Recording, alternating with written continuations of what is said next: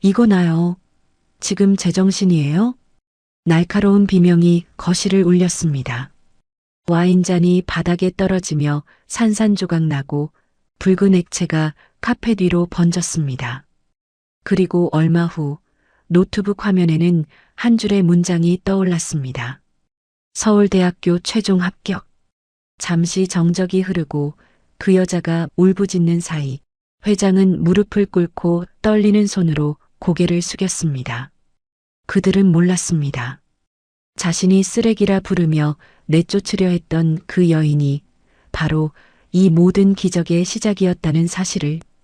이야기 시작 전 구독과 좋아요 눌러주시고 어디서 듣고 계신지 댓글로 남겨주시면 계신 그곳에 늘 평안과 행운이 가득하기를 기도하겠습니다. 오늘의 이야기 시작하겠습니다. 칠흑 같은 어둠이 도시의 모든 소음을 삼켜버린 새벽 4시. 그 시간 서울 변두리 달동네의 골목을 처음 깨운 것은 사람의 발소리도 지나가는 차 소리도 아니었습니다. 삐걱 낡은 리어카 바퀴가 자갈을 긁는 소리, 그 단조롭고 거친 소리가 고요한 골목을 가르며 천천히 다가왔습니다. 사람들은 그 소리를 들으면 고개를 돌렸습니다. 보고 싶지 않은 현실처럼 애써 외면하고 싶은 풍경처럼 말이죠. 그 소리를 내며 골목을 가로지르는 노인, 박옥순. 누군가는 그녀를 폐지 줍는 노인이라 불렀고 누군가는 중졸 가정부라 불렀으며 대부분은 세상에서 가장 낮은 자리에 있는 사람이라고 쉽게 단정했습니다. 하지만 그 새벽 리어카 손잡이를 쥔 박옥순의 손에는 비굴함 대신 오래 단련된 절도가 담겨 있었고 굽은 듯 보이던 그녀의 등은 생각보다 훨씬 꼿꼿했습니다. 그 발걸음에는 하루를 버텨내는 사람만이 가질 수 있는 무게가 실려 있었습니다. 박옥수는 낡은 단칸방 문을 나서기 전 잠시 멈춰 섰습니다. 서랍을 열고 손때가 묻어 반질반질해진 나무 빗을 꺼내 거울 앞에 앉았습니다. 주름진 얼굴을 피하지도 애써 꾸미지도 않은 채 그대로 마주했습니다.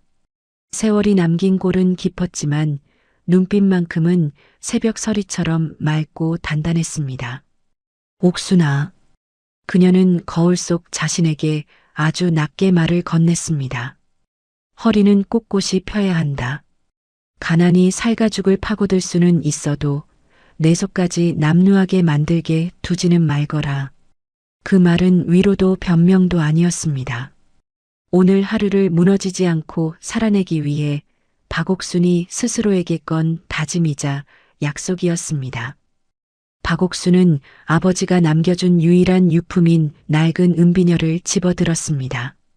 차가운 금속이 두피에 닿는 순간 그녀의 숨이 잠시 멎었습니다.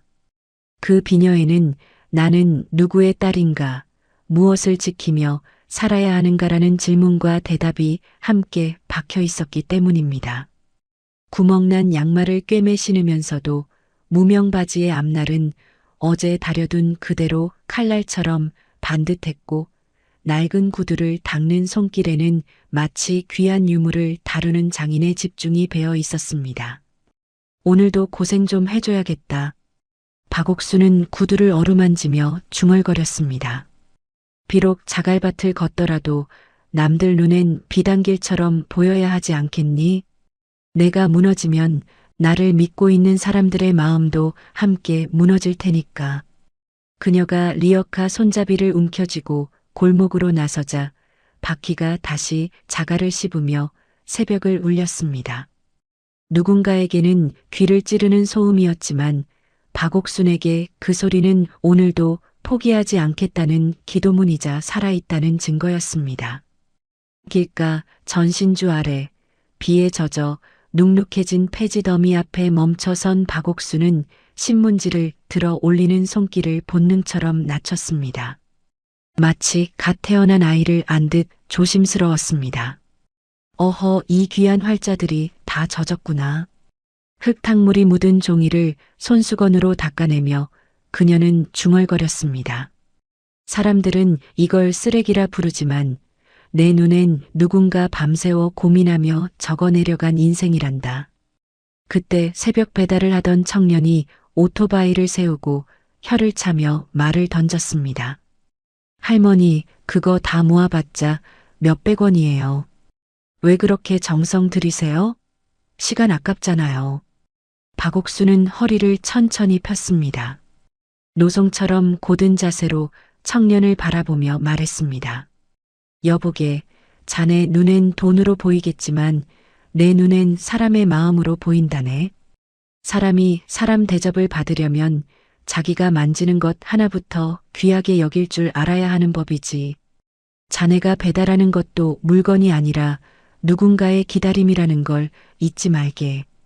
청년은 아무 말도 하지 못한 채 고개를 숙이고 떠났고 박옥수는 다시 리어카를 끌며 어둠 속을 걸어 나갔습니다. 그 발걸음은 느렸지만 흔들림은 없었습니다. 리어카를 끌고 한참을 걸은 끝에 박옥수는 평창동 언덕 끝에 멈춰 섰습니다. 새벽 공기는 여전히 차가웠지만 저택 담장 너머로 보이는 불빛은 낮과 밤의 경계를 무시한 채 환하게 켜져 있었습니다. 박옥수는 리어카를 대문 옆에 세워두며 바퀴가 비뚤어지지 않았는지 한 번 더 살폈고 손등으로 옷깃을 털며 보이지 않는 먼지까지 정성스럽게 떼어냈습니다. 폐지 냄새가 몸에 밴 것을 모를 리 없었지만 그 냄새가 부끄러움의 증거는 아니었습니다. 박옥수는 속으로 낮게 중얼거렸습니다. 자, 이제 진짜 전쟁터로 들어가는 거다. 돈은 산처럼 쌓여 있지만 마음은 굶주린 사람들이 사는 곳, 그 안에서 자신이 가진 것은 낡은 옥편과 폐지를 주우며 다져온 태도뿐이었지만 박옥수는 알고 있었습니다. 사람을 가르치는 데 필요한 것은 학벌이 아니라 자세라는 것을요. 초인종을 누르자 육중한 철문이 천천히 열렸습니다. 금속이 맞부딪히는 소리가 새벽 공기를 갈랐고 그 틈 사이로 고급 향수 냄새가 먼저 흘러나왔습니다. 박옥수는 그 냄새가 낯설지 않다고 느꼈습니다. 그것은 따뜻함의 향이 아니라 사람과 사람 사이에 선을 긋는 냄새였기 때문입니다.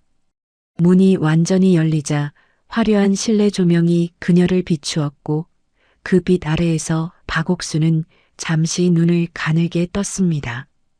그리고 그 순간 그녀를 내려다보는 시선 하나가 공기를 찢듯 꽂혔습니다.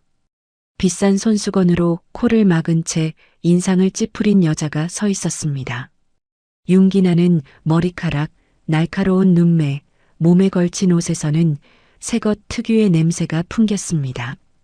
여자는 박옥순의 얼굴보다 먼저 리어카를 보았고 그 다음에야 마지못해 시선을 옮겼습니다. 어머 세상에. 여자의 목소리는 차갑고 또렷했습니다. 이게 무슨 냄새예요? 아주머니, 이걸 설마 우리 집 대문 앞에 세워둔 거예요? 그 말에는 질문보다 확신이 담겨 있었고 이미 판단은 끝난 듯 보였습니다. 박옥수는 고개를 숙이지도 변명하지도 않은 채 여자를 똑바로 바라보았습니다. 사모님, 잠시 두었다가 바로 치우겠습니다. 박옥순의 목소리는 낮았지만 흔들리지 않았습니다. 그 태도가 오히려 여자의 심기를 건드렸는지 여자는 짧게 비웃음을 흘렸습니다. 치운다니요? 애초에 이런 더러운 수레를 우리 집 근처에 들이지 말았어야죠. 여자는 손수건으로 코를 더 세게 눌렀습니다. 동네 사람들이 보면 뭐라고 생각하겠어요? 교양이라는 게 없는 분들은 참. 말끝을 흐리며 여자는 고개를 저었습니다. 그 순간 박옥수는 깨달았습니다. 이 여자는 냄새가 싫은 것이 아니라 자신이 서 있는 자리와 박옥순이 서 있는 자리가 같은 공간에 있다는 사실 자체를 견디지 못하고 있다는 것을요. 박옥순은 속으로 숨을 고르며 생각했습니다. 그래, 여기서는 먼저 굽히는 사람이 지는 게 아니다. 먼저 흔들리는 사람이 지는 거다. 그녀는 리어카 손잡이에 잠시 손을 얹었다가 떼며 말했습니다. 사모님, 이 수레에 실린 것은 쓰레기가 아니라 사람들이 버린 글자들입니다. 그 말에 여자의 눈썹이 위로 치켜 올라갔습니다. 뭐라고요? 날카로운 음성이 공기를 갈랐습니다. 지금 나한테 말대꾸하는 거예요? 중졸 가정부 주제에? 그 한마디에 박옥순의 눈빛이 미세하게 변했습니다. 분노가 아니라 오래전부터 준비되어 있던 각오가 그 자리를 채웠습니다. 말대꾸가 아닙니다. 박옥순은 천천히 말했습니다. 사람이 사람을 부를 때 쓰는 말이 어떤 무게를 가지는지 사모님께서 모르시는 것 같아 알려드리는 것뿐입니다. 그 순간 여자의 얼굴이 붉어졌다가 다시 차갑게 굳었습니다. 아주 웃기네. 그녀는 코웃음을 치며 고개를 끄덕였습니다. 좋아요. 그렇게 잘났으면 어디 한번 버텨보세요. 다만 조건 하나는 분명히 해두죠. 여자는 박옥순을 위아래로 훑어보며 말했습니다. 여기서는 내가 룰이에요. 내가 정한 선을 넘는 순간 당신은 바로 나가게 될 거예요. 박옥순은 잠시 침묵했습니다. 그리고 아주 짧게 고개를 끄덕였습니다. 알겠습니다. 그 담담한 대답에 여자는 잠시 말을 잃은 듯 했지만 이내 고개를 돌려 안쪽을 향해 소리쳤습니다. 지하방 준비됐죠? 저분은 거기서 지내실 거예요. 그 말은 안내가 아니라 명령이었고 박옥순은 그 뒷모습을 바라보며 조용히 생각했습니다. 그래, 전쟁은 늘 이렇게 시작되는 법이지. 그녀는 리어카에서 낡은 보따리 하나만 꺼내 들고 저택 안으로 들어섰습니다. 화려한 복도 바닥에 자신의 발자국이 남지 않도록 조심하며 걸음을 옮기면서도 박옥순의 허리는 조금도 굽혀지지 않았습니다. 이 집 어딘가에 아직 얼굴도 제대로 보지 못한 아이가 기다리고 있다는 사실만이 그녀의 발걸음을 앞으로 밀어주고 있었습니다. 그리고 박옥순은 직감했습니다. 이 집에서 가장 먼저 구해야 할 것은 성적이 아니라 그 아이의 존엄이라는 것을. 이혜영이라는 여자가 세워놓은 벽은 높았지만 그 벽이 무너질 날도 멀지 않았다는 것을요. 아침 햇살이 대리석 바닥 위로 차갑게 번지던 시간, 평창동 저택의 식당에는 묘한 긴장감이 감돌고 있었습니다. 정갈하게 차려진 식탁 위에는 박옥순이 새벽부터 준비한 음식에서 김이 오르고 있었지만 그 온기는 식탁 머리에 앉아있는 이혜영의 시선에 닿는 순간부터 서서히 식어가고 있었습니다. 이혜영은 젓가락을 들지 않은 채 식탁을 훑어보았고 그 눈길에는 음식이 아닌 사람을 평가하는 냉정함이 담겨 있었습니다. 이 집에서는 냄새나는 음식 안 먹어요. 그녀의 말은 선언처럼 떨어졌고 그 한마디에 식탁의 공기가 굳어버렸습니다. 박옥순은 잠시 손을 멈췄다가 조용히 대답했습니다. 사모님, 아이가 아침을 걸으면 말이 끝나기도 전에 이혜영의 손이 식탁을 쾅 내리쳤습니다. 내가 룰이라고 했죠? 여기서는 내가 정한 방식대로만 움직이는 거예요. 그날 처음으로 이 집의 규칙이 명확해졌습니다. 박옥순의 말은 허락을 받아야 했고 박옥순의 움직임은 감시를 받았으며 박옥순의 존재는 언제든 치워도 되는 물건처럼 취급되었습니다. 이혜영은 식탁 위에 성적표를 던지듯 내려놓았습니다. 종이가 식탁을 스치는 소리가 유난히 크게 울렸습니다. 이게 현실이에요. 그녀는 웃지도 소리치지도 않았습니다. 오히려 차분한 목소리로 말했기에 더 잔인했습니다. 전교 꼴찌, 이 아이를 맡겠다고요? 중졸 주제에? 그 말에 박옥순의 손가락이 미세하게 떨렸지만 그녀는 고개를 숙이지 않았습니다. 대신 성적표를 천천히 집어들고 숫자 하나하나를 바라보았습니다. 숫자보다 먼저 보인 것은 종이 위에 남아있는 아이의 손자국 같은 얼룩이었습니다. 사모님, 박옥순이 조심스럽게 입을 열었습니다. 아이에게 필요한 건 필요? 이혜영은 짧게 웃었습니다. 당신 같은 사람이 감히 필요를 논해요? 당신 인생이나 제대로 관리하세요. 그 말과 함께 그녀는 보리차 주전자를 밀쳤고 뜨겁게 끓던 물이 그대로 바닥으로 쏟아졌습니다. 뜨거운 물이 박옥순의 발등을 덮쳤지만 그녀는 비명을 삼켰습니다. 대신 바닥에 번진 물을 바라보며 속으로 되뇌었습니다. 지금 무너지면 아이는 더 깊이 가라앉는다. 이혜영은 그 모습을 내려다보며 말했습니다. 닦아요. 이 집 바닥에 흠집 나면 당신 월급으로도 못 물어내니까. 그날 박옥수는 무릎을 꿇고 대리석 바닥을 닦았습니다. 사람들은 그것을 굴욕이라 불렀겠지만 박옥수는 알고 있었습니다. 지금 이 무릎은 굴복이 아니라 싸움을 버티기 위한 자세라는 것을. 걸레를 쥔 손에 힘을 주며 그녀는 스스로에게 말했습니다. 무릎은 꿇어도 영혼은 꿀리지 말자. 그때 식당 한쪽에서 작은 기척이 들렸습니다. 문틈 사이로 아이 하나가 고개를 내밀고 있었습니다. 붉게 충혈된 눈, 입술을 꾹 다문 채 모든 것을 보고 있던 아이. 박옥순과 아이의 눈이 잠시 마주쳤고 그 짧은 순간 박옥순은 확신했습니다. 이 아이는 공부를 못하는 아이가 아니라 이미 오래전부터 존엄을 빼앗긴 아이라는 것을. 그리고 그날 박옥순의 싸움은 분명해졌습니다. 성적을 올리는 싸움이 아니라 이 집에서 아이를 사람으로 다시 세우는 싸움이라는 것을요.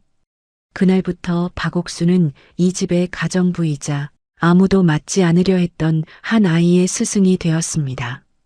그날 낮 모두가 보는 앞에서 짓밟힌 것은 박옥순의 무릎이었지만 그날 밤 가장 깊이 무너진 것은 아이의 마음이었습니다. 사위가 정막에 잠긴 칠흑 같은 밤, 최 회장의 저택 마당 한 구석 벤치에는 위태로운 그림자 하나가 길게 드리워져 있었습니다. 바로 준우였죠. 낮에 이혜영이 쏟아낸 독설과 과외 강사들의 차가운 시선에 난도질당한 준우는 찢다 남은 성적표 조각들을 손에 쥐고 자학하듯 바닥에 내팽개치고 있었습니다. 억눌린 울음소리가 섞인 거친 호흡이 밤 공기를 갈기갈기 찢는 듯 했어요. 그때 어둠 속에서 정갈한 발자국 소리와 함께 박옥순이 나타났습니다. 박옥순의 손에는 하얀 무명 손수건에 소복하게 쌓인 무언가가 들려 있었죠. 거기선 흙냄새 섞인 구수한 김이 모락모락 피어오르고 있었습니다. 준우야, 밤 공기가 참으로 차구나. 속이 비면 마음의 추위는 더 매섭게 영혼을 파고드는 법이란다. 여기 좀 앉아보렴. 할머니가 갓 쪄낸 감자를 좀 가져왔단다. 박옥순이 건넨 손수건 안에는 투박하지만 따뜻한 삶은 감자들이 옹기종기 모여 있었습니다. 준우는 고개를 돌린 채 쏘아붙였어요. 할머니가 뭘 알아요? 할머니도 우리 엄마랑 똑같잖아요. 공부해서 성공해라, 참아라. 중졸이라면서요. 배운 것도 없는 할머니가 내 인생에 대해서 뭘 안다고 이래요? 저리 가요, 제발. 내 인생은 이미 망가졌다고요. 준우의 날카로운 외침에도 박옥수는 눈 하나 깜짝하지 않았습니다. 오히려 벤치 옆자리에 허리를 노송처럼 꼿꼿이 펴고 앉으며 뜨거운 감자 하나를 정성껏 까서 준우의 차가운 손바닥에 쥐어주었죠. 그래, 나는 중졸이란다. 세상이 말하는 학벌로 따지면 나는 이름 없는 풀포기만도 못한 존재지. 하지만 준우야, 배고픔에는 학벌이 없단다. 서름에도 계급이 없지. 지금 내가 소리치는 건 나를 향한 게 아니라 내 가슴 속에 갇힌 너 자신을 향한 비명 아니냐? 일단 먹으렴. 포슬포슬한 감자 속살이 내 엄마음을 조금은 녹여줄 게다. 사람이 배가 고프면 생각도 비뚤어지는 법이거든. 준우는 엉겁결에 받아든 감자의 묵직한 온기에 주춤했습니다. 억지로 밀어내려 했지만 하루 종일 굶주린 배와 그보다 더 굶주린 마음이 감자의 구수한 냄새 앞에 무너져 내렸죠. 준우는 감자를 한 입 크게 베어 물더니 이내 참아왔던 오열을 터뜨렸습니다. 입안 가득 찬 감자와 눈물이 뒤섞여 준우의 목소리는 엉망으로 뭉개졌어요. 흑, 너무 힘들어요, 할머니. 엄마는 나를 사람이 아니라 무슨 성적 뽑는 기계로 봐요. 0점 맞은 게 죽을 죄인가요? 나는 그냥 숨을 좀 쉬고 싶은데 아무도 내 숨소리엔 관심이 없어요. 다들 내 점수만 쳐다보고 손가락질한다고요. 박옥수는 준우의 등을 거친 손마디로 가만히 쓸어내렸습니다. 그리고 낮에 이혜영이 짓밟으려 했던 옥편을 무릎 위에 경건하게 올려두었죠. 달빛을 받은 옥편의 가죽 표지는 비록 해지고 갈라졌지만 그 위로 흐르는 박옥순의 손길은 마치 귀한 보석을 다루는 장인처럼 조심스러웠습니다. 준우야, 이 책을 좀 보련다. 이건 내 아버지가 남기신 낡은 옥편이란다.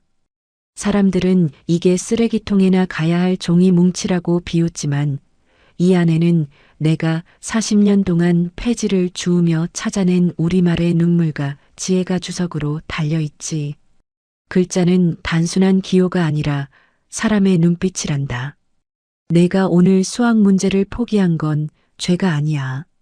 하지만 문제를 못 푼다는 이유로 너 자신을 사랑하는 마음까지 포기한 건 내 인생에 대한 가장 큰 결례란다. 너는 점수보다 훨씬 귀한 사람이니까. 박옥수는 옥편을 펼쳐 준우의 눈앞에 보여주었습니다. 그 안에는 깨알 같은 글씨로 적힌 아름다운 우리말 단어들과 그 의미들이 박옥순의 단아한 필체로 빼곡히 채워져 있었죠. 박옥순은 준우의 손바닥을 가져와 자신의 손가락으로 천천히 한 획씩 글자를 긋기 시작했습니다. 자, 내 손바닥에 내가 글자를 하나 써주마.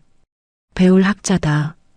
보렴, 이 글자의 윗부분은 아이들이 양손에 상가지를 들고 있는 모습이고 아랫부분은 집안에서 아이가 깨우침을 얻는 모습이지. 배움이란 건 너를 가두는 감옥이 아니라 내가 세상을 향해 당당히 걸어나갈 수 있게 만드는 가장 튼튼한 신발이란다. 남에게 보이기 위한 공부는 금방 미천이 드러나지만 너를 지키기 위한 공부는 그 누구도 뺏어갈 수 없는 내 영혼의 재산이 되는 게야. 준우야, 너는 너를 위해 공부해야 한다. 준우는 박옥순의 손가락 끝에서 전해지는 묵직한 진동을 느꼈습니다. 수억 원대 강사들의 날카롭고 오만한 목소리에서는 단 한 번도 느껴보지 못한 사람의 온기가 담긴 진짜 가르침이었죠. 준우는 옥편의 무게를 느끼며 나직이 물었습니다. 할머니, 정말 제가 다시 시작할 수 있을까요? 고작 6개월밖에 안 남았는데 서울대 같은 곳, 저 같은 꼴찌가 감히 꿈꿔도 되는 곳인가요? 다들 안 된다고 비웃는데 할머니는 왜 저를 믿으세요? 박옥수는 인자하게 웃으며 준우의 헝클어진 머리카락을 정성껏 넘겨주었습니다. 박옥순의 눈빛은 밤하늘의 별보다 더 깊고 맑게 빛나고 있었어요. 서울대가 목표가 되어서는 안 된다. 그곳은 내가 내 인생의 주인이 되었을 때 자연스럽게 따라오는 정거장일 뿐이야. 내 아버지는 늘 말씀하셨지. 학문은 낮은 곳으로 흐르되 마음은 항상 하늘을 향해야 한다고 말이다. 너는 지금 너무 높은 곳만 보느라 내 발밑에 핀 꽃들을 짓밟고 있었던 거야. 자, 약속하겠니? 내일부터 새벽 5시에 마당으로 나오너라. 내 마음의 먼지를 걷어내는 법부터 가르쳐 주마. 할머니랑 같이 세상을 다시 배워보자꾸나. 그때 저 멀리 2층 서재 창가에서 최 회장이 이 광경을 숨죽여 지켜보고 있었습니다. 박옥순의 나직한 음성이 밤바람을 타고 최 회장의 귓가에 닿았죠. 최 회장은 박옥순이 읊조린 학문은 낮은 곳으로 흐르되 라는 문구를 듣는 순간 온몸에 소름이 돋으며 40년 전 사라진 자신의 스승 박민수 박사를 떠올렸습니다. 저 목소리, 저 기계, 세상에 박 박사님의 따님이 살아계셨단 말인가? 내가 그분을 이렇게 종처럼 부리고 있었단 말인가? 내 눈이 멀어도 단단히 멀었었구나. 저분의 저 꼿꼿한 뒷모습을 어찌 몰라봤단 말인가? 최 회장은 자신의 비겁했던 과거와 무지가 부끄러워 책상을 꽉 쥐었습니다. 한편 준우는 박옥순의 낡은 옷깃에서 나는 오래된 책 냄새와 비린 동전 냄새가 묘하게 자신을 안심시킨다는 것을 깨달았습니다. 박옥순은 자리에서 일어나 준우 앞에 무릎을 꿇고 앉았어요. 그리고 준우에 풀려있던 운동화 끈을 단단하게 다시 묶어주었습니다. 박옥순의 거친 손마디가 준우의 신발 위를 스칠 때마다 묵직한 신뢰가 전달되었습니다. 준우야, 끈이 풀린 채 걷는 건 내 인생에 대한 결례다. 언제 어디서든 내 발등을 단단히 조이고 당당하게 걸어야 해. 그래야 걸림돌에 걸려도 넘어지지 않고 다시 일어설 수 있는 법이란다. 알겠느냐? 내일 새벽부터는 이 끈을 단단히 묶고 나를 따르거라. 준우는 고개를 깊게 끄덕이며 박옥순의 꼿꼿한 뒷모습을 바라보았습니다. 난생 처음으로 돈이나 성적이 아니라 자신의 존재 자체를 귀하게 여겨주는 진짜 어른을 만났다는 확신이 들었죠. 박옥순은 지하방으로 돌아와 부친의 빛바랜 영정사진 앞에 앉았습니다. 창밖에는 박옥순이 낮에 정성껏 심어두었던 작은 꽃씨 위로 촉촉한 단비가 내리기 시작했어요. 아버지, 보셨습니까? 저 아이의 눈에서 드디어 생기가 돌기 시작했습니다. 배움에 싹이 트려면 먼저 마음의 밭이 젖어야 하는 법이지요. 이제 이 가문의 비틀린 욕망을 바로잡고 아버지가 못다 이루신 지혜의 꽃을 저 아이를 통해 피워보겠습니다. 오늘 내리는 이 비가 기적의 마중물이 될 것입니다. 제가 끝까지 저 아이의 손을 놓지 않겠습니다. 박옥순은 옥편의 빈자리를 가만히 쓰다듬으며 승리의 첫 수를 두었습니다. 창밖의 빗소리는 마치 박옥순의 결의를 응원하듯 리드미컬하게 밤의 정적을 채워가고 있었고 박옥순의 눈빛은 어둠 속에서도 등불처럼 환하게 빛나고 있었습니다. 푸르스름한 새벽 안개가 저택의 정원을 무겁게 내려앉은 새벽옷이 평창동 저택의 고요한 마당에는 서늘한 공기를 가르는 규칙적인 빗자루 소리가 울려 퍼졌습니다. 박옥순은 낡은 면 수건으로 머리를 질끈 묶고 잠이 덜 깬 준우와 나란히 서서 마당을 쓸기 시작했어요. 박옥순은 빗자루 끝에 온 신경을 집중하며 준우를 향해 나직하게 그러나 단호한 목소리로 말했습니다. 준우야, 빗자루질은 단순히 땅바닥에 굴러다니는 낙엽을 쓰는 게 아니란다. 이건 내 마음속에 켜켜이 쌓인 먼지를 하나씩 걷어내는 과정이야. 보렴, 내가 성급하게 빗자루를 휘두르면 먼지만 일 뿐이지만 내 마음을 담아 천천히 바닥을 밀어내면 비로소 내가 가야 할 길이 보이지 않더냐? 공부도 이와 같은 게야. 준우는 자꾸만 손에서 헛도는 빗자루를 고쳐 잡으며 거친 숨을 몰아쉬었습니다. 평생 손에 물 한 방울 안 묻히고 살아온 아이에게 새벽 찬바람을 맞으며 마당을 쓰는 일은 고문과도 같았죠. 할머니, 팔이 너무 아파요. 도대체 왜 이런 걸 해야 하는 거죠? 돈 주고 사람 시키면 10분이면 끝날 일을 왜 우리가 이 고생을 해야 하냐고요. 이런다고 수학 문제가 풀리는 것도 아니잖아요. 정말 이해가 안 돼요. 박옥순은 하던 일을 멈추고 허리를 노성처럼 곧게 펴며 준우를 가만히 응시했습니다. 박옥순의 형형한 눈빛에 준우는 자기도 모르게 움찔하며 빗자루를 다시 쥐었죠. 준우야, 공부는 머리로만 하는 게 아니야. 내 몸이 이 차가운 새벽 공기의 날카로움을 기억하고 내 손바닥에 박힌 이 빗자루의 거친 감촉을 기억해야 비로소 지식이 내 영혼에 깊이 뿌리를 내리는 법이란다. 힘들지? 그 근육의 통증이 바로 내가 살아있다는 증거고 내가 변화하고 있다는 신호란다. 지름길만 찾는 사람은 결국 제자리를 맴돌 뿐이지. 자, 다시 한번 해보자꾸나. 리듬을 타렴. 내 심장 박동과 빗자루 소리를 하나로 맞춰보는 거야. 슥, 슥. 들리니? 내 마음이 닦이는 소리가. 2시간여의 고된 청소가 끝나고 박옥수는 온몸이 땀방울로 젖은 준우를 데리고 부엌으로 향했습니다. 박옥수는 어제 저녁 폐지를 줍다 틈틈이 손질해둔 남해산 멸치와 다시마를 꺼내 육수를 우려내기 시작했죠. 부엌 안은 금세 구수하고 진한 육수 향기로 가득 찼습니다. 박옥수는 커다란 가마솥 앞에서 국자를 천천히 저으며 준우에게 말을 건넸어요. 보렴 준우야. 이 멸치 육수 한 모금에는 수만 마리 멸치의 생명과 그걸 뜨거운 햇볕 아래 말린 어부의 고단한 땀과 그리고 이걸 끓이는 이 할미의 기도가 담겨 있단다. 세상에 거저 얻어지는 건 하나도 없지. 배움도 이 육수처럼 은근한 불에서 진하게 우려내야 비로소 제맛이 나는 게야. 성급하게 불만 높이면 국물은 졸아들고 맛은 써지는 법이지. 박옥수는 정갈하게 삶아낸 하얀 소면에 뜨거운 육수를 부어 준우 앞에 놓아주었습니다. 준우는 김이 모락모락 피어오르는 국수 그릇을 한참이나 물끄러미 바라보다가 국물 한 모금을 조심스럽게 마셨습니다.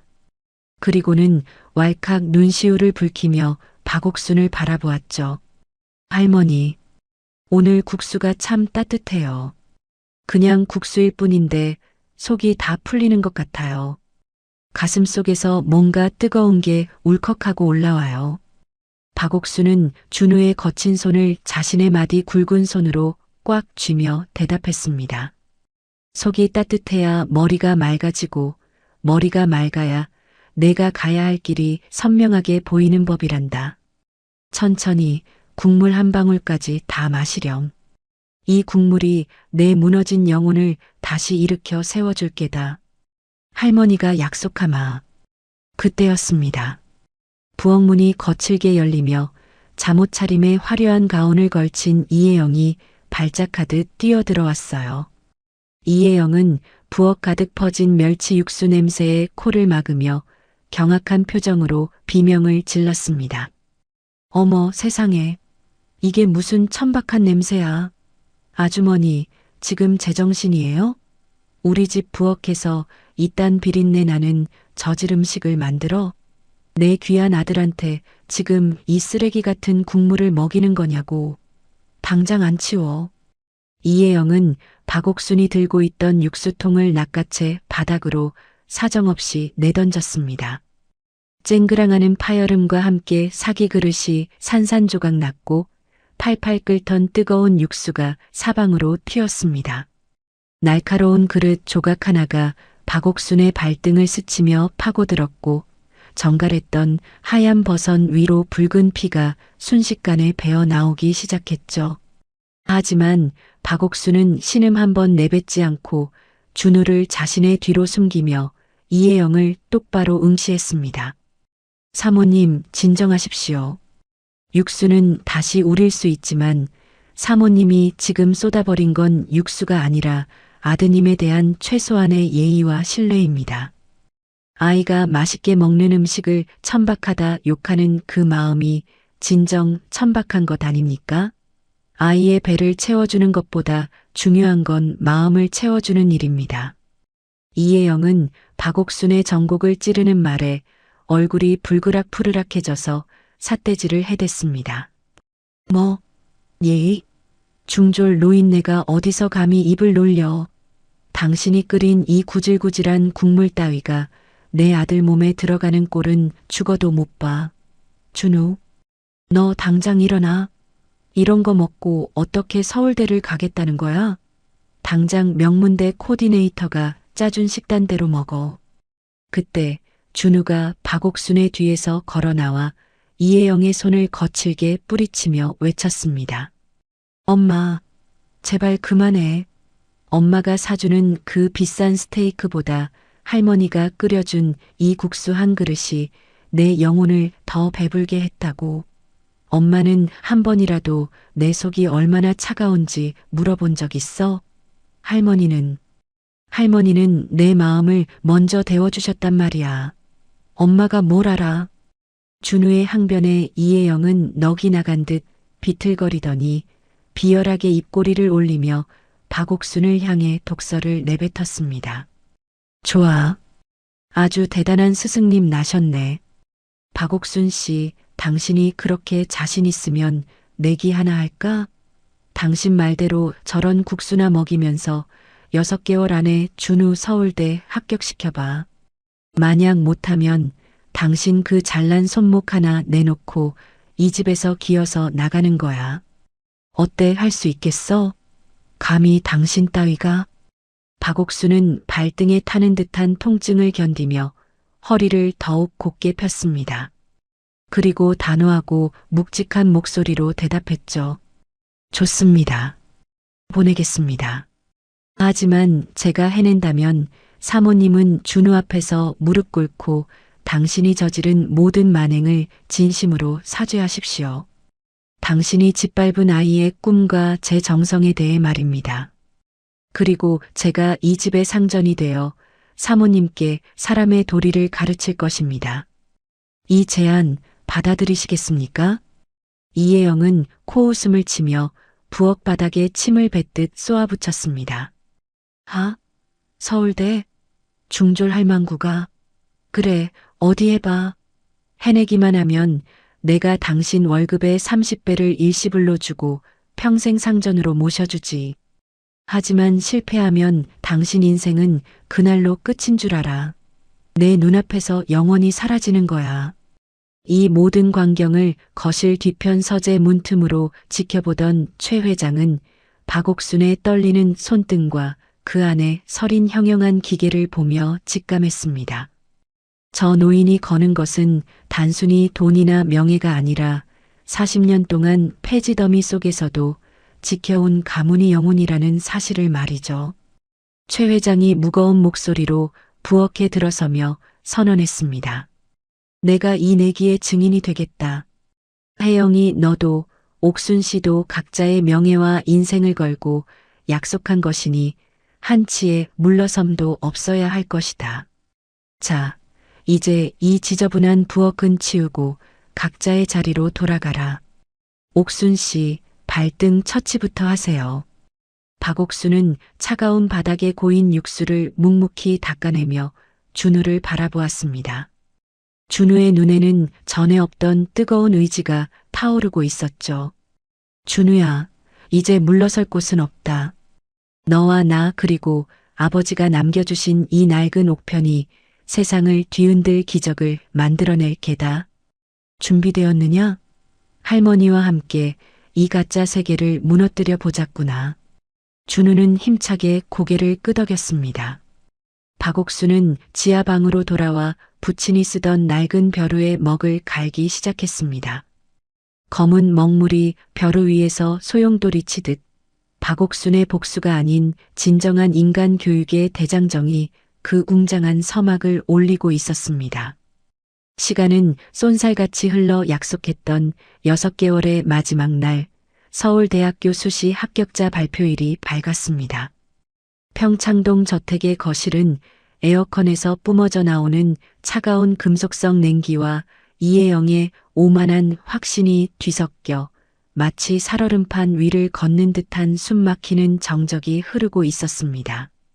이혜영은 이미 자신의 승리를 확신한 듯 값비싼 크리스털 와인잔에 붉은 와인을 채우며 현관 앞에 덩그러니 놓인 박옥순의 낡은 보따리를 힐끗거렸습니다. 이혜영의 입가에는 비열한 승리자의 미소가 걸려 있었죠. 아주머니, 짐은 미리 다 싸두신 거죠? 저 지저분하고 쿰쿰한 보따리를 보니 이제야 내 속이 다 시원하네. 자, 이제 당신 수준에 맞는 저 밑바닥 폐지 더미로 돌아갈 시간이야. 6개월 동안 우리 집 귀한 물 흐려놓느라 고생 많았어. 아, 참. 나가는 길에 리어카 잊지 말고 가져가요. 우리 집 대문 앞에 그런 흉물스러운 게 서 있는 꼴은 단 1분도 더 못 보겠으니까. 이혜영은 날카로운 키릴 소리를 요란하게 내며 박옥순 주위를 천천히 맴돌았습니다. 마치 사냥감을 몰아넣는 포식자처럼 말이죠. 하지만 박옥순은 낡았지만 가장 정갈하게 다려진 쪽빛비단 옷을 차려입고 허리를 노송처럼 꼿꼿이 편 채 거실 한복판에 부동자세로 서 있었습니다. 박옥순은 이혜영의 조롱을 마치 허공을 떠다니는 하찮은 먼지 보듯 무시하며 오직 준우가 들어올 현관문만을 형형한 눈빛으로 응시했습니다. 사모님, 급하게 먹는 떡은 체하기 마련이고 이른 새벽에 승리를 논하는 자는 해질녘에 눈물을 흘리는 법입니다. 아직 해가 지지 않았는데 어찌 벌써 밤을 논하며 술잔을 기울이십니까? 조금만 더 기다려 보시지요. 진실의 무게가 어느 쪽으로 기울지 말입니다. 사모님이 쌓아 올린 그 모래성 같은 확신이 얼마나 허망한지 곧 알게 될 것입니다. 박옥순의 서늘하고 담담한 목소리에 이혜영은 코웃음을 치며 와인을 단숨에 들이켰습니다. 붉은 와인이 이혜영의 입술에 핏자국처럼 묻어났죠. 아, 진실? 중졸 할망구가 가르친 전교 꼴찌가 서울대를 간다고? 박옥순 씨, 당신 정말 노망이라도 난 거야? 그게 진실이면 해가 서쪽에서 뜨는 게 아니라 아예 안 뜰 거다. 자, 준우야. 빨리 와서 저 노인네 짐 좀 밖으로 내던져버려. 엄마가 이미 새 과외 선생들 예약해뒀으니까 저 할망구랑 한 약속 따위 잊어버리라고. 그때였습니다. 육중한 현관문이 거칠게 열리며 준우가 노트북을 품에 안고 땀범벅이 된 채 거실로 뛰어들어왔습니다. 준우의 손은 마치 경기를 일으키듯 파르르 떨리고 있었고 입술은 하얗게 질려 침조차 삼키지 못하는 모습이었죠. 준우는 박옥순과 이혜영 사이의 대리석 탁자 위에 노트북을 탁 소리가 나게 내려놓았습니다. 이혜영은 승리를 예감한 듯 비릿한 미소를 지으며 아들을 재촉했습니다. 자, 빨리 확인해. 그래서 저 할망구를 언제쯤 우리 집에서 깨끗이 치울 수 있는지 그 불합격 통지서를 내 눈앞에 똑똑히 보여달라고. 어서. 준우는 박옥순의 깊고 단단한 눈빛을 한번 바라보았습니다. 박옥순은 고개를 아주 살짝 끄덕이며 준우에게 무언의 용기를 주었죠. 준우는 마지막 힘을 다해 노트북의 엔터키를 눌렀습니다. 찰나의 정적이 거실의 공기를 얼어붙게 만들었고 화면 위로 황금빛 글자들이 서서히 피어올랐습니다. 10배로 느려진 것 같은 시간 속에서 준우의 눈동자가 떨렸고 이혜영의 입술이 경련을 일으켰습니다. 최종 합격을 진심으로 축하합니다. 순간 이혜영의 손에 들려있던 크리스털 와인잔이 대리석 바닥으로 떨어지며 날카로운 파편을 사방으로 뿌렸습니다. 챙그랑 비명 같은 파열음과 함께 붉은 와인이 하얀 바닥 위로 마치 이혜영의 파멸을 예고하는 핏물처럼 비참하게 번져나갔습니다. 이혜영은 핏기가 가신 얼굴로 노트북 화면을 향해 비명을 질렀습니다. 말도 안 돼. 이건 조작이야. 준우, 너 감히 엄마를 속이려고 조작한 거지? 전교 꼴찌가 어떻게 단 6개월 만에 서울대를 가. 이건 명백한 부정행위라고. 박옥순, 당신이 우리 아들을 홀려서 무슨 짓을 한 거야? 이혜영은 광기 어린 눈으로 박옥순의 멱살을 잡으려 달려들었습니다. 하지만 그 찰나 박옥순은 단호하고 묵직한 손길로 이혜영의 손목을 낚아채 그대로 제압했습니다. 박옥순의 눈에서 번개 같은 기계가 뿜어져 나왔습니다. 사모님, 추합니다. 자신의 눈으로 기적을 보고도 믿지 못하는 것은 무지입니까?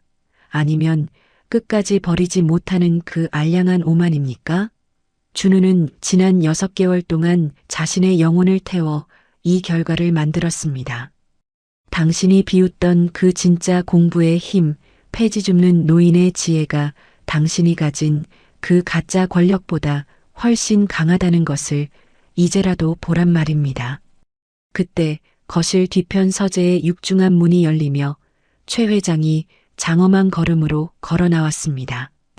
그의 손에는 40년 전 박옥순의 아버지가 국가로부터 받았던 최고 권위의 문화훈장과 박옥순이 가토록 아꼈던 옥편의 진본이 담긴 괴짝이 들려 있었죠. 최 회장의 사자후가 거실의 샹들리에를 흔들 만큼 크게 울려 퍼졌습니다. 이혜영, 내가 감히 누구의 멱살을 잡으려 드는 것이냐. 이분으로 말씀드릴 것 같으면 이 나라 국어학의 태도이시자 일제 강점기부터 목숨 걸고 우리말을 지켜내신 성자 박민수 박사님의 유일한 혈육이시다. 내가 감히 우리 가문의 은인께 무슨 만행을 저지른 것이냐. 최 회장의 선언이 떨어지기 무섭게 거실에 모여 상황을 살피던 비서들과 가사 도우미들이 일제히 박옥순 앞에 무릎을 꿇거나 90도로 허리를 숙였습니다. 이혜영은 다리에 힘이 풀린 듯 대리석 바닥에 주저앉아 헛웃음을 내뱉었습니다. 얼굴이 종이장처럼 하얗게 변했죠. 박민수 박사? 저 폐지 줍는 노인네가 그 대단한 박사님의 딸이라고요? 아버님, 지금 무슨 말씀을 하시는 거예요? 저 할망구는 그냥 글자나 몇 자 아는 중졸 가정부라고요. 속으신 거예요. 최 회장은 이혜영 앞에 옥편 원본이 담긴 괴짝을 내던지듯 내려놓으며 호통을 쳤습니다. 무식한 것. 이 책 안에 담긴 주석 하나가 내가 가진 전 재산보다 가치 있다는 걸 정녕 모른단 말이냐? 박 박사님이 누명을 쓰고 억울하게 돌아가신 뒤 그 따님인 박옥순 선생께서 폐지를 주우며 이 나라의 흩어진 언어들을 지켜오셨거늘 내가 그런 귀한 분을 내 집종으로 부리고 발등에 뜨거운 물을 쏟게 했으니 이 죄를 어찌 다 갚을꼬? 내 인연 당장 무릎 꿇지 못할까? 준우는 그 틈을 타 노트북을 돌려 이혜영이 그동안 몰래 고용했던 타락한 입시 코디네이터들과 주고받은 위조 논문 그리고 비자금 장부를 화면에 띄웠습니다. 엄마 할머니는 나한테 사람답게 사는 지혜를 가르쳤지만 엄마는 나한테 범죄를 가르치려 했어. 엄마가 만든 그 가짜 서류들 내가 다 수집해서 검찰에 넘겼어. 할머니가 그러셨지? 배움은 남을 누르는 무기가 아니라 너를 지키는 창이 되어야 한다고. 나는 이제 엄마의 꼭두각시가 아니라 할머니가 가르쳐 주신 대로 내 인생의 주인이 될 거야. 엄마의 그 가짜 사랑, 이제는 지긋지긋해. 박옥순은 바닥에 주저앉아 벌벌 떠는 이혜영을 차갑고도 깊은 연민이 담긴 눈빛으로 내려다보았습니다. 박옥순의 목소리는 거실에 가득 찬 긴장을 뚫고 나직하게 울려 퍼졌습니다. 사모님, 당신이 약속한 월급 30배는 필요 없습니다.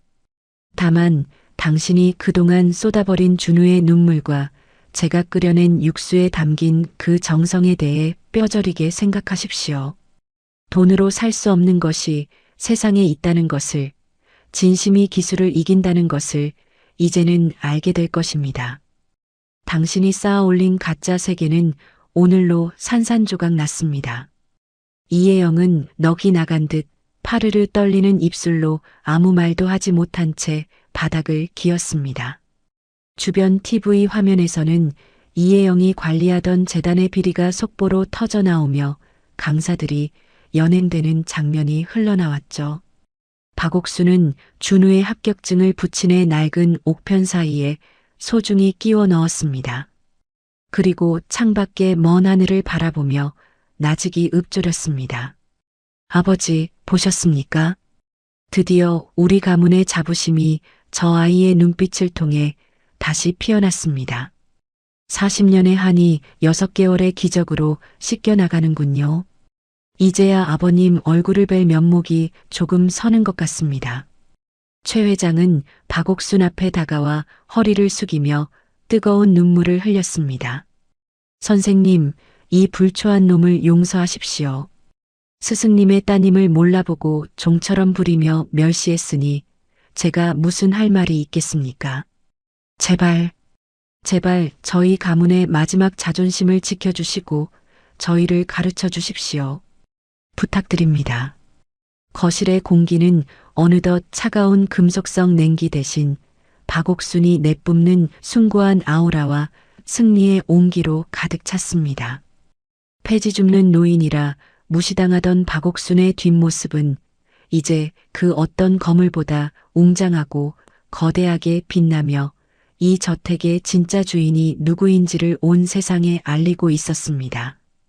창밖으로 붉게 타오르는 황금빛 석양이 서재 깊숙이 스며들어 수천 권의 장서가 빽빽하게 꽂힌 벽면을 장엄하고도 쓸쓸하게 물들이고 있었습니다. 한때는 무시와 멸시의 차가운 시선이 머물던 이 서재는 이제 박옥순의 고결한 세월을 증명하는 숭고한 성전으로 변해 있었죠. 공기 중에 떠다니는 먼지조차 황금빛 역광을 받아 마치 부활하는 영혼의 입자처럼 반짝였습니다. 최 회장은 떨리는 손으로 직접 우려낸 차를 박옥순 앞에 놓으며 차마 고개를 들지 못한 채 갈라진 목소리로 입을 열었습니다. 선생님, 아니 옥순 씨, 40년입니다.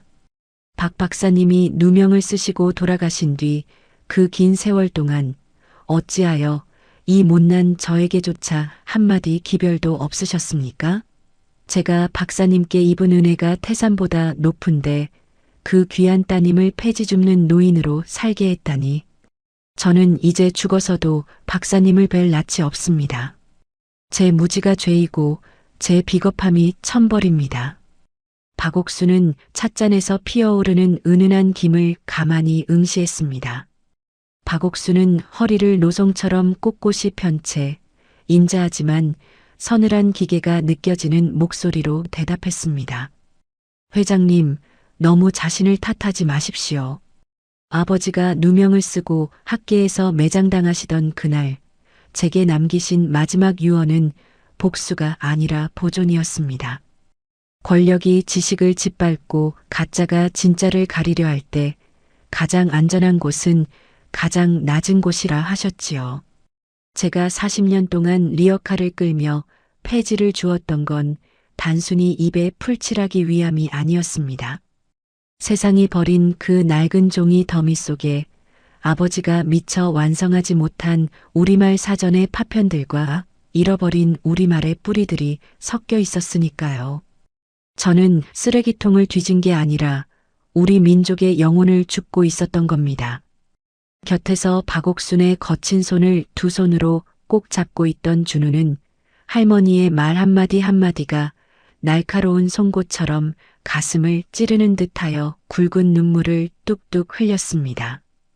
준우는 박옥순의 손등에 박힌 딱딱한 굳은 살과 거북이 등껍질처럼 깊게 패인 주름을 하나하나 어루만지며 흐느꼈어요. 할머니, 저는 정말 아무것도 모르고 할머니가 주워온 그 종이 뭉치들에서 냄새난다고 코를 막고 할머니를 그냥 가난해서 비굴한 노인네라고만 생각했어요.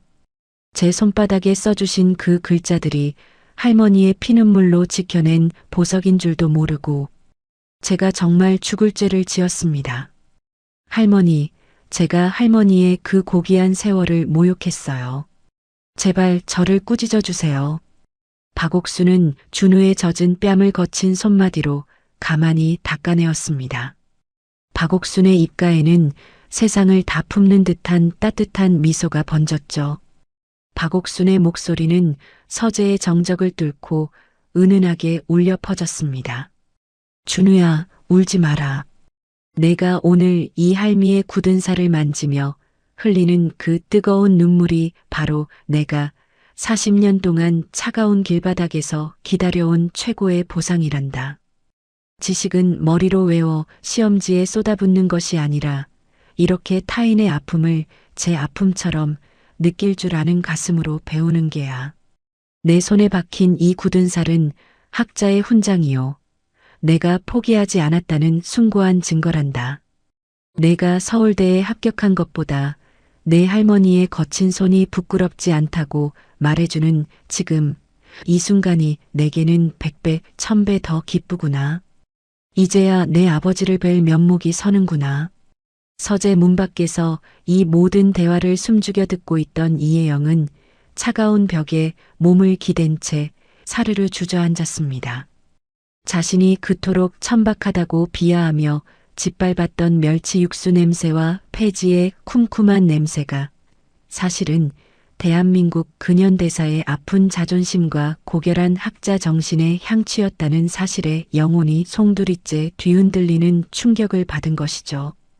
이혜영은 파르르 떨리는 손으로 자신의 입을 틀어막으며 속으로 비명을 질렀습니다.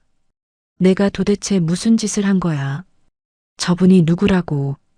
감히 내가 그 책을 쓰레기라며 찢으려 하고 저 정갈한 손에 대리석 바닥을 기며 걸레질을 하게 했다니. 나는 사람도 아니야. 나는 짐승보다 못한 짓을 했어. 최 회장은 박옥순에게 간곡하고 절박한 표정으로 제안을 건넸습니다. 옥순 씨, 아니 선생님. 이제라도 늦지 않았습니다. 제가 당장 정부와 학계의 모든 인맥을 동원하여 박 박사님의 명예를 국가 차원에서 복권시키고 선생님을 국립국어원 명예 이사장직으로 추대하겠습니다.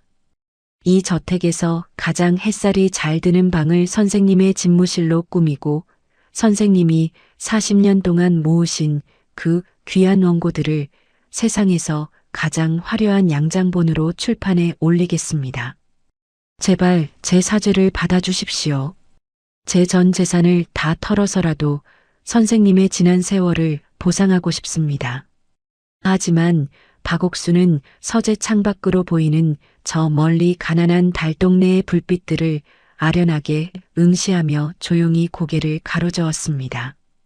박옥순의 눈빛은 비단옷보다 더 눈부시게 빛나고 있었죠. 회장님, 그 마음만 감사히 받겠습니다. 학문은 높은 단상에 올라가 대중을 향해 호령하는 것이 아니라 배고픈 아이에게 따뜻한 감자 한 알을 건네는 그 소박한 마음 속에 머물러야 하는 법입니다. 명예라는 이름의 화려한 왕관은 제게는 너무 무겁고 거추장스러운 장식일 뿐입니다. 저는 그저 준우의 할머니로 그리고 동네 아이들에게 옥편 한 글자를 가르쳐주는 이름 없는 노인으로 남고 싶습니다. 아버지가 목숨 걸고 지키려 하셨던 건 권력이 아니라 우리말의 따뜻한 온기였으니까요. 그 온기가 준우의 가슴에 전달되었다면 그것으로 제 소임은 다한 것입니다. 준우는 박옥순의 낡은 옥편 사이에 끼워진 빛바랜 흑백 사진 한 장을 발견했습니다. 사진 속 젊은 날의 박옥순은 단아한 한복 차림으로 아버지 박 박사 곁에서 세상을 다 가진 듯 환하게 웃고 있었죠. 준우는 그 눈부시게 아름다웠던 청춘을 폐지 리어카에 싣고 40년의 모진 세월을 견뎌온 할머니의 희생이 믿기지 않아 다시 한번 박옥순을 꽉 껴안았습니다. 할머니, 제가 약속할게요. 할머니가 폐지를 주우며 지켜오신 그 온기, 제가 서울대 가서 더 크게 키울게요. 단순히 똑똑해서 남을 무시하는 사람이 아니라 할머니처럼 꼿꼿하고 따뜻한 어른이 될게요. 할머니의 40년이 결코 헛되지 않았다는 걸 제 인생 전체로 증명해 보일게요. 할머니 사랑해요. 박옥수는 준우의 등을 토닥이며 서재 구석에 놓인 낡은 벼루에 먹을 갈기 시작했습니다. 검은 먹물이 벼루 위에서 묵직한 소용돌이를 일으키자 서재 안은 순식간에 고결하고도 맑은 묵향으로 가득 찼습니다. 박옥수는 붓을 들어 준우의 책 첫 장의 정도라는 두 글자를 써내려갔습니다. 한 획 한 획에 실린 필력은 70대 노인의 것이라고는 믿기지 않을 만큼 형형하고 단단했죠. 준우야, 배움의 끝은 결국 인간다움에 있단다. 내가 앞으로 걸어갈 길에 수많은 유혹과 달콤한 시련이 있겠지만 이 두 글자만 가슴에 품는다면 그 어떤 폭풍우도 너를 꺾지 못할 게다. 알겠느냐? 지식으로 사람을 죽이지 말고 지혜로 사람을 살리는 학자가 되거라. 준우는 박옥순이 써준 글자를 가슴에 품으며 눈물을 닦았습니다. 서재의 공기는 어느덧 박옥순의 담백한 목소리와 숭고한 묵향으로 가득 차 지난 6개월간의 고통스러웠던 갈등의 찌꺼기를 깨끗하게 씻어내고 있었습니다. 박옥순은 자신의 낡은 보따리 속 깊은 곳에서 마지막 보물인 부친의 녹슨 만년필을 꺼내 준우에게 건넸습니다. 그것은 단순한 필기구가 아니라 세대를 관통하여 흐르는 지혜의 강물이자 결코 꺾이지 않는 우리 가문의 자존심을 전하는 성스러운 계승이었습니다. 이른 아침 평창동 저택의 정원에는 인공적이고 코를 찌르던 명품 향수 냄새 대신 밤새 내린 이슬이 씻어내린 맑은 흙내음과 싱그러운 풀향기가 가득 차올랐습니다. 어제까지만 해도 이 집의 안주인으로 군림하며 오만함을 떨던 이혜영의 위세는 하룻밤 사이에 신기루처럼 사라졌죠.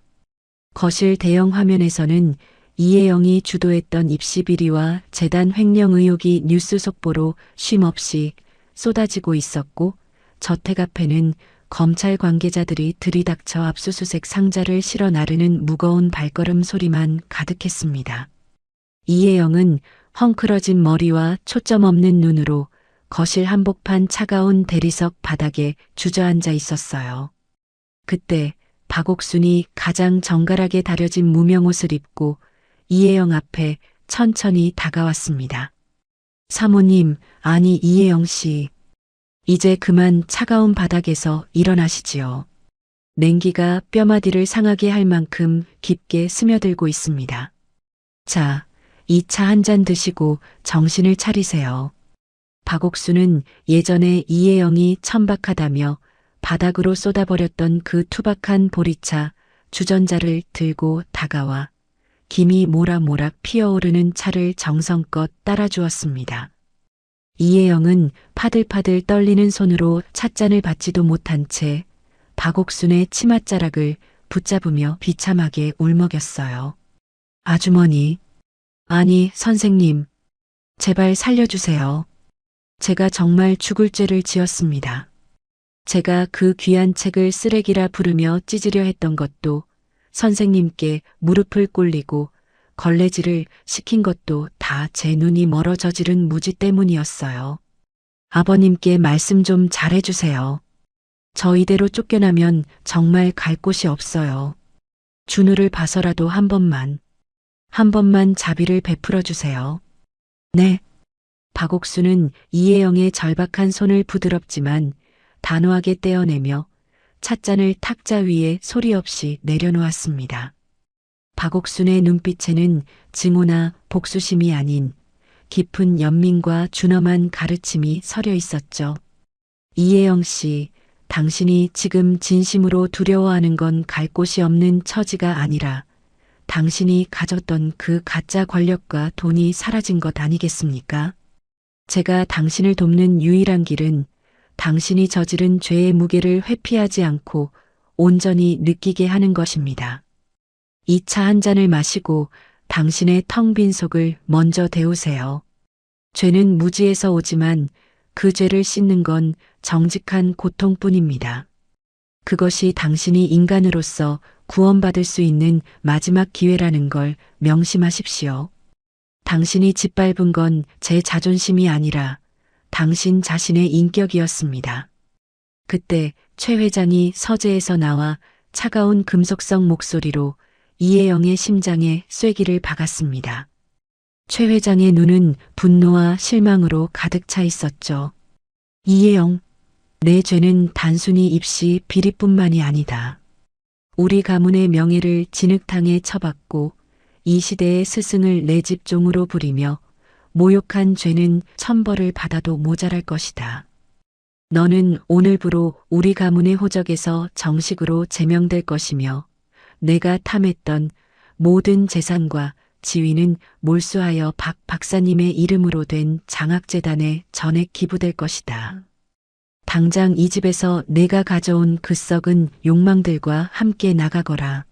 비서들은 저 여자를 당장 끌어내라. 이혜영은 절규하며 경호원들에게 끌려나갔고 박옥수는 그 비참한 뒷모습을 바라보며 나직이 눈을 감고 기도했습니다. 부디 저 여인이 낮은 곳에서 진실을 보게 하소서. 최 회장은 박옥순 앞에 무릎을 굽히며 약속했던 묵직한 상자를 떨리는 손으로 내밀었습니다. 선생님, 여기 약속드렸던 선생님 월급의 30배입니다. 그리고 선생님의 존함으로 된 우리말 도서관 건립 기금입니다. 제발 이 보잘것없는 제 참회의 성의를 받아주십시오. 그래야 제 마음의 짐이 조금이라도 가벼워질 것 같습니다. 선생님을 몰라본 제 눈을 파내고 싶은 심정입니다. 박옥수는 그 거액의 수표가 담긴 상자를 물끄러미 바라보다가 인자하지만 서늘한 미소를 지으며 상자를 다시 최 회장 쪽으로 천천히 밀어두었습니다. 박옥순의 목소리는 거실 전체에 웅장하게 울려 퍼졌습니다. 회장님, 저는 평생 폐지를 주우며 살았습니다. 제게 돈은 그저 하루의 허기를 달래줄 따뜻한 국수 한 그릇이면 족합니다. 이 돈은 부모 없이 공부하는 소년소녀 가장들을 위해 써주십시오. 다만 조건이 하나 있습니다. 그 아이들이 배울 책들에 우리말의 아름다움과 사람의 도리를 가득 담아주십시오. 그것이 제 아버지와 저의 유일하고도 영원한 소망입니다. 돈으로 명예를 살 수는 없지만 돈으로 누군가의 꿈을 지켜줄 수는 있는 법이니까요. 어느덧 세상을 뒤흔들었던 준우의 서울대학교 입학식 날이 밝았습니다. 박옥수는 가장 아끼던 쪽빛 비단 한복을 꺼내 입고 은비녀를 꼿꼿이 꽂은 채 준우의 듬직한 손을 잡고 교정에 들어섰습니다. 수만 명의 인파가 몰려들었고 총장을 비롯한 석학들이 박옥순을 맞이하기 위해 정문 앞까지 길게 줄을 서서 마중을 나왔어요. 총장은 박옥순에게 깊이 고개를 숙이며 정중하게 말했습니다. 박옥순 선생님, 선생님께서 40년 동안 폐지 더미 속에서 지켜오신 박민수 박사님의 원고가 드디어 국보급 자료로 지정되었습니다. 오늘 저희 대학에서는 선생님께 명예국어학 박사 학위를 수여하고자 합니다. 이 시대의 진정한 스승을 저희 교정에 모시게 되어 무한한 영광입니다. 박옥수는 수만 명의 학생과 내빈이 숨을 죽이고 지켜보는 단상 위로 올랐습니다. 모든 이가 기립박수를 보냈고 감동에 찬 함성 소리가 교정을 가득 메웠죠. 박옥수는 화려한 학위복을 정중히 거절하며 마이크 앞에 섰습니다.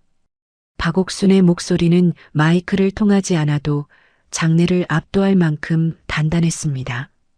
여러분, 과한 칭찬에 몸둘 바를 모르겠습니다. 하지만 저는 박사도 거물도 아닙니다. 저는 그저 새벽마다 리어카를 끌며 폐지를 줍던 노인이자 한 아이의 평범한 할머니일 뿐입니다. 제가 오늘 이 자리에 선 것은 제가 대단해서가 아니라 우리말이 가진 따뜻한 힘과 진실의 무게를 여러분께 보여드리고 싶어서입니다. 지식은 남을 누르고 차별하는 무기가 아니라 쓰러진 이를 일으키고 엄마음을 녹이는 따뜻한 손길이 되어야 합니다. 여러분의 공부가 부디 세상을 조금 더 따뜻하게 데우는 구수한 육수가 되기를 바랍니다. 높은 곳만 보지 말고 발밑의 진실을 보십시오.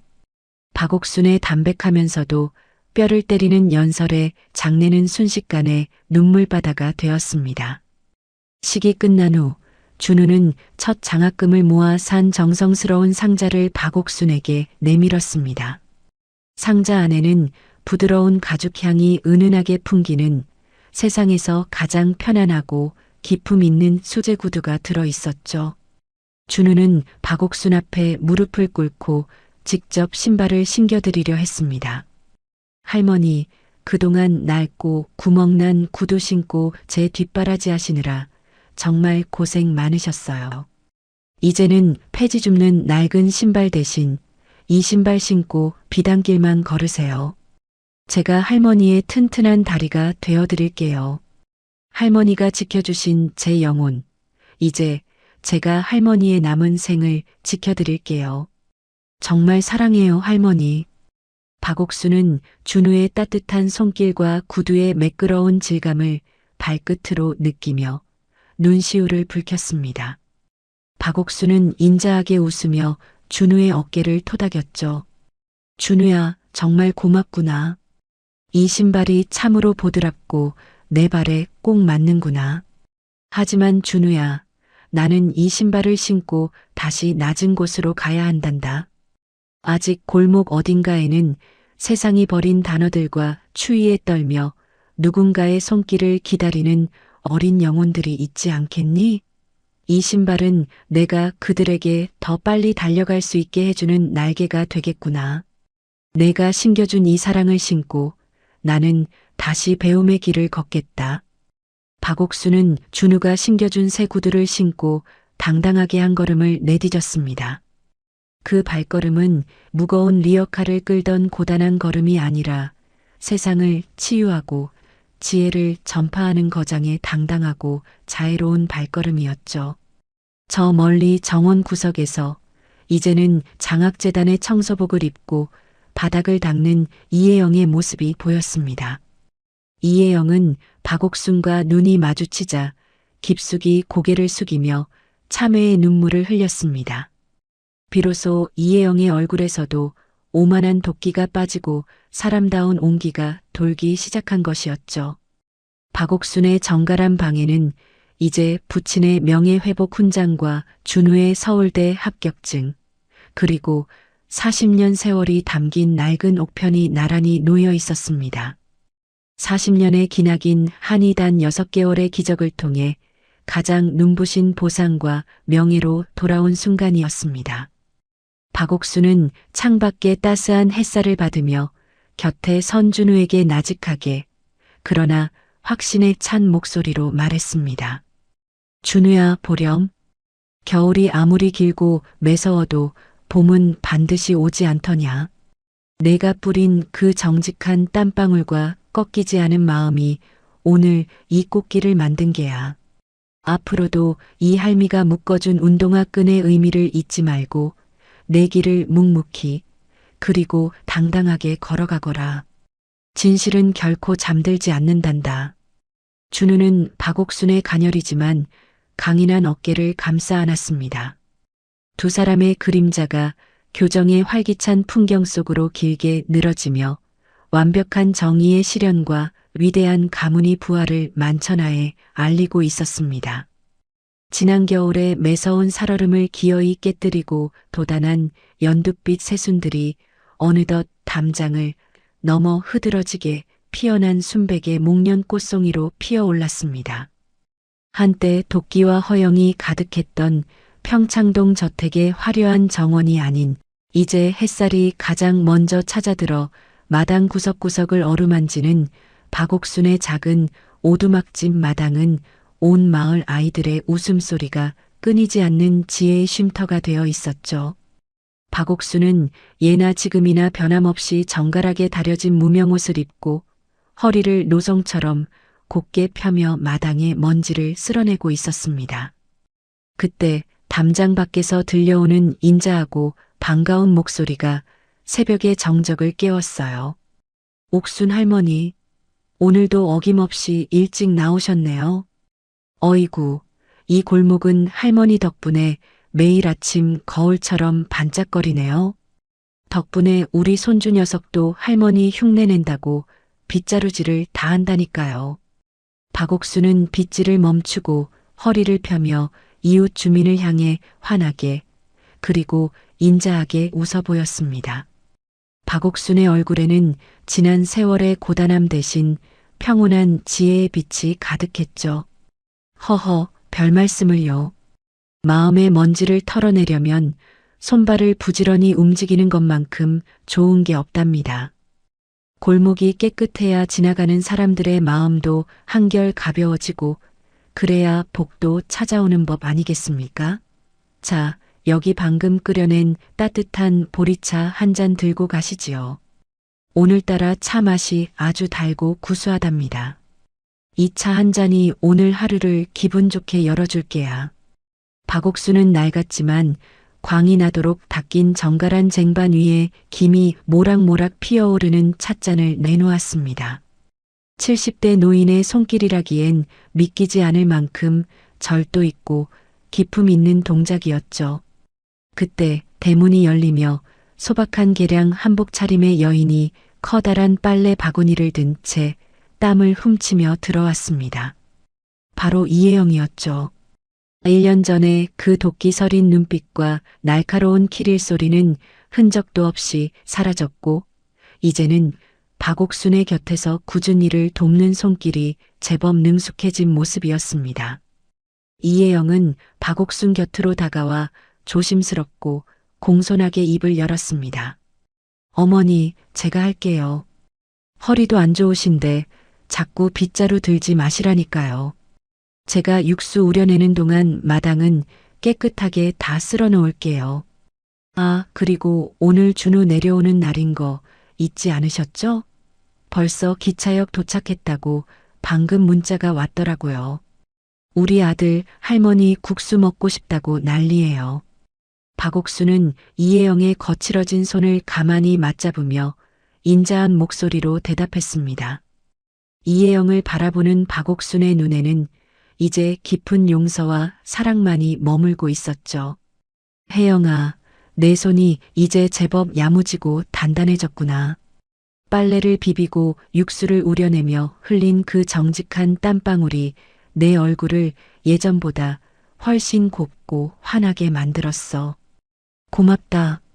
내가 끓여주는 그 진한 육수 덕분에 이 할미 속도 매일같이 따뜻해지는구나. 우리 준우 녀석 기특하게도 방학하자마자 할머니 보러 달려오는 모양이네. 자, 어서 부엌으로 들어가자꾸나. 우리 준우가 그토록 그리워하던 국수 세상에서 제일 맛있게 삶아봐야지. 두 사람이 부엌으로 들어가자 이내 진하고 구수한 멸치 육수 향기가 온 집안을 가득 채우며 담장 밖으로까지 흘러나갔습니다.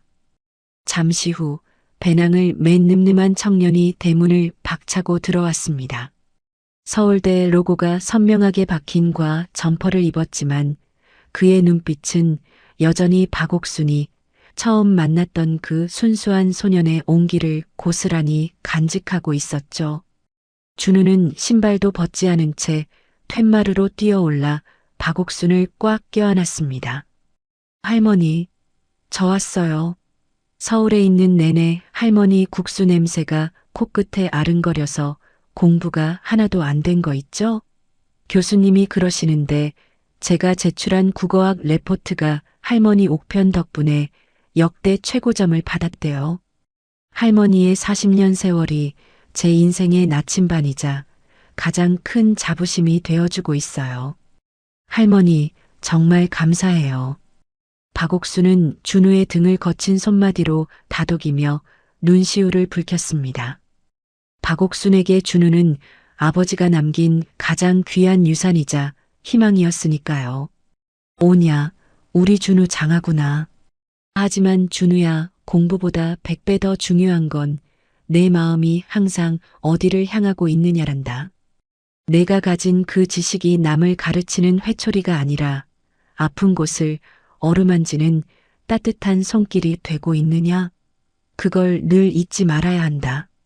머리가 차가워질수록 가슴은 더 뜨거워져야 하는 법이지. 그래야 진정한 학자가 되는 게야. 준우는 박옥순의 손을 잡고 툇마루에 나란히 앉아 할머니가 물려준 녹슨 만년필을 꺼내 보여주었습니다. 만년필은 낡았지만 빛이 났죠. 그럼요, 할머니. 저는 공부할 때마다 이 만년필을 쥐고 항상 생각해요. 할머니가 새벽마다 폐지를 줍던 그 고단하고 숭고한 손길을요. 이 만년필 끝에서 나오는 잉크가 세상의 어두운 구석을 조금이라도 밝히고 억울한 사람들의 마음을 달래줄 수 있도록 그렇게 쓰고 또 쓸게요. 참 할머니, 저 이번에 할머니랑 같이 우리말 사전 개정판 작업 본격적으로 시작하고 싶어서 자료 다 준비해 왔어요. 할머니의 그 귀한 주석들이 드디어 세상 밖으로 나올 시간이에요. 아버님도 하늘에서 기뻐하실 거예요. 박옥수는 준우의 손등 위로 겹쳐진 자신의 마디 굵은 손을 물끄러미 내려다보았습니다. 그토록 외롭고 고독하게 골목을 울리던 리어카 바퀴 소리가 이제는 수많은 사람의 가슴을 울리고 세상을 치유하는 지혜의 울림이 되어 돌아온 것이었죠. 박옥수는 마당을 가득 메운 목련 꽃잎들이 눈처럼 흩날리는 풍경을 바라보며 나직이 그러나 힘 있게 읊조렸습니다. 꽃은 지기 위해 피는 것이 아니라 다음 봄을 약속하기 위해 기꺼이 피어나는 것이란다. 준우야, 그리고 혜영아. 내 인생이 한때는 낡아서 버려진 종이 뭉치처럼 비참하다고 생각한 적도 있었지. 하지만 돌이켜보니 그 모든 구겨지고 젖었던 순간들이 모여 오늘 이렇게 향기로운 책 한 권을 만들었구나. 인생의 겨울이 아무리 길고 매서워도 그 끝에는 반드시 이렇게 따뜻한 봄볕이 찾아드는 법이야. 우리가 그 봄을 믿고 견뎌냈기에 오늘이 있는 게지.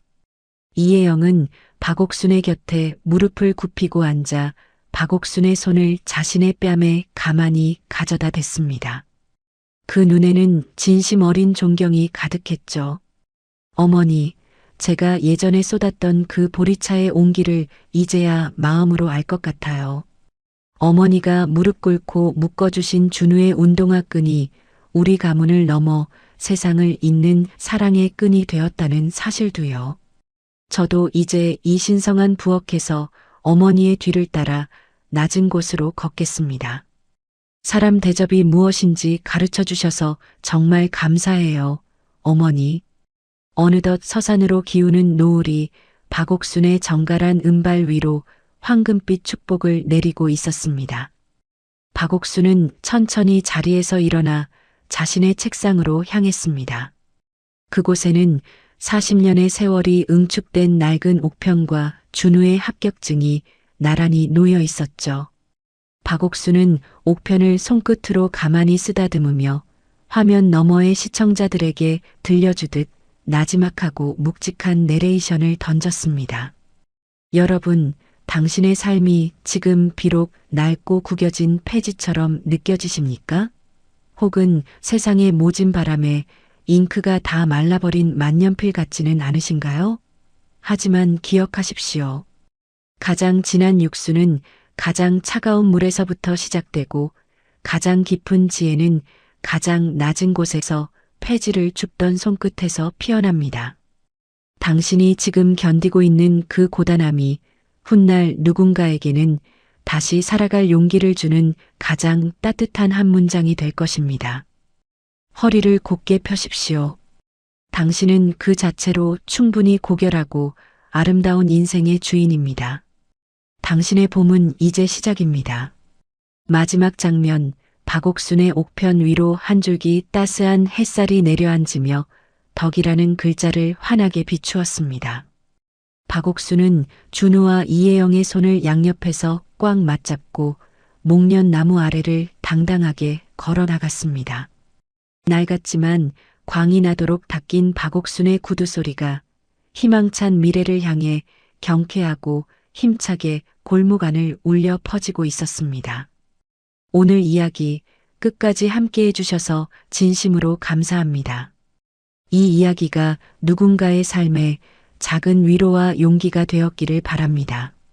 지금 이 순간 어떤 장면이 가장 마음에 남았는지 또 이 이야기를 들으며 떠오른 생각이 있다면 댓글로 조용히 남겨주세요. 여러분의 한 줄 한 줄이 이 이야기를 다시 살아 숨쉬게 만듭니다. 다음 이야기에서도 따뜻한 이야기로 다시 찾아뵙겠습니다. 고맙습니다.